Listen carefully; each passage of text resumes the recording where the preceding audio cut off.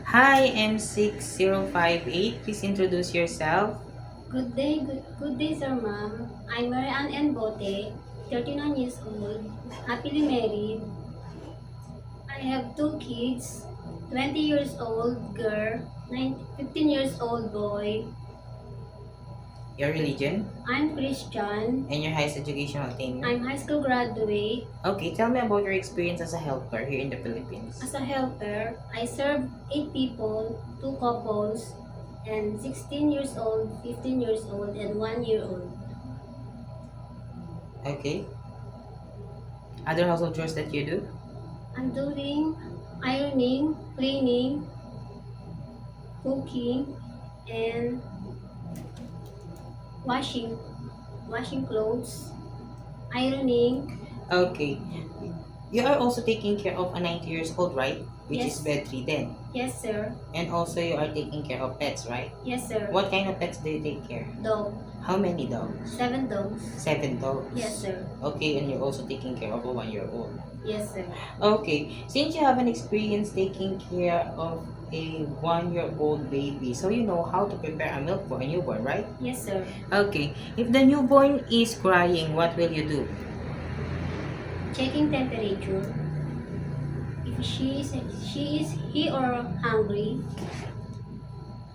Checking the diaper. Okay, and if the baby doesn't stop to cry after you change the diaper and you also feed the baby, everything that you have done to make it stop to cry doesn't work, what will you do? I'm asking to my employer Asking to your employer to checking the baby. because the baby doesn't stop to cry. Yes, sir. Okay, why do you want to work in Hong Kong? I'm working in Hong Kong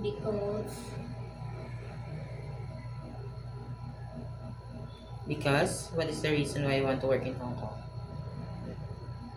to support my family financial needs. Okay, and how long do you want to work in Hong Kong? 2 years. If your employer wants you to extend, it is okay with you?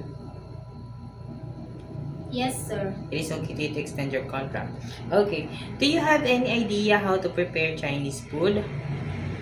No.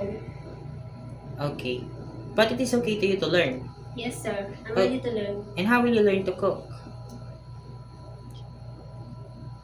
Watching YouTube or cooking book. Okay, you could read in cookbook. And also, if you got employer in Hong Kong, you could also ask them if they could teach you how to prepare, right? Yes, sir. Okay, if your employer prepare food that you are not familiar, it is okay to you to eat the food that they provide. Yes, sir. It is okay to you to share jobs with a helper. Yes, sir. How about sharing room with kids? Yes, sir. It is okay to you to work on Sunday or in a holiday setup by your employer. Yes, sir. How about taking care of pets? Yes, sir. Taking care of elderly. Yes, sir.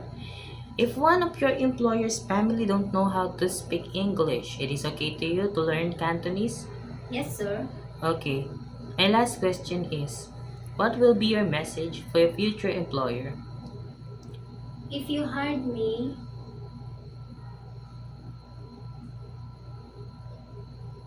if you hired me,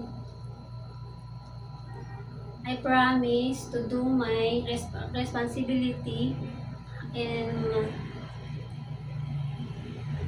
my as I do my responsibility as a household, and You will love. I will love your family as my own family. Okay, can you also promise that you will be honest, Yes, sir. trustworthy, Yes, sir. responsible, Yes, sir. and also follow the rules and regulations of the house of your employer? Yes, sir. Okay. Thank you very much, Miss Mary Ann. Thank you. Thank you po. Okay.